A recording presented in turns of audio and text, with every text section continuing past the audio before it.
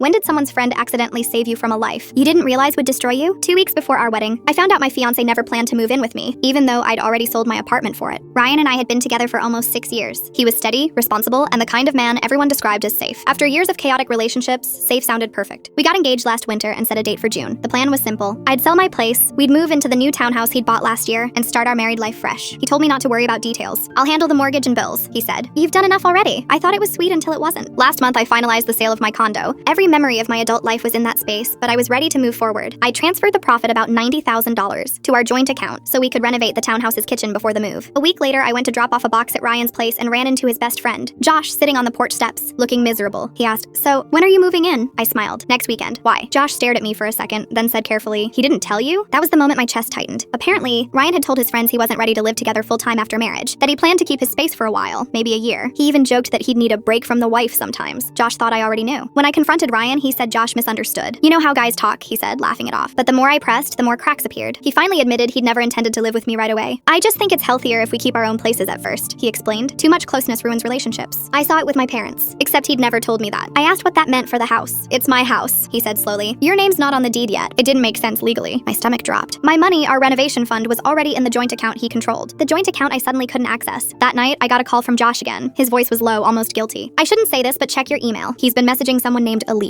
She's his ex from grad school. I thought it was just old friends catching up, but he mentioned he's keeping the townhouse for options. Didn't want to get involved, but you deserve to know." I opened Ryan's laptop while he slept. The emails were months long, flirty, nostalgic, full of what-ifs. He told her he still thought about the life they could have had, how his fiancée was practical but not passionate. He even said he wasn't sure he'd go through with the wedding. The worst part, he'd used money from our account to fly her out for closure. Closure, on my savings. I didn't scream. I didn't wake him. I printed every email, every flight receipt, and every transfer. The next morning, I went to my bank and closed the joint account. My half of the remaining money, what little was left, went into a new one under my name. Then I went to his office. I handed him the envelope, placed my engagement ring on top, and said, "You wanted space. Congratulations, you have the rest of your life to enjoy it." 2 days later, his mother called me in tears. She said she'd found out from Josh what had happened. Apparently, Ryan had a history that 3 failed engagements, all for the same reason. He panicked whenever real commitment required sharing control. "He's broken, sweetheart," she told me. "You just didn't see it yet." Our wedding venue refused to refund the deposit. $7,500 gone, but I considered it tuition, the price of learning the truth before the vows. Elise emailed me a week later, apologizing. She'd had no idea he was engaged. She'd already blocked him and sent me copies of their full chat history to use if I needed legal proof. Ryan tried calling for weeks after that, begging to start fresh. I never answered. It's been 4 months now. I rented a small apartment by the lake. Josh helped me move. He told me, "You don't realize how close you came to being erased in that relationship." He was right. I'd been planning a marriage where my presence was optional, where my savings, my home, my trust, all came second to a man's need for space. Sometimes the people who ruin your plans save you at the same time. If Josh hadn't spoken up that day on the porch, I'd be moving into a house that was never mine, building a life with someone already halfway out the door. Now I wake up every morning with no ring, no wedding dress, and no regrets. Just peace.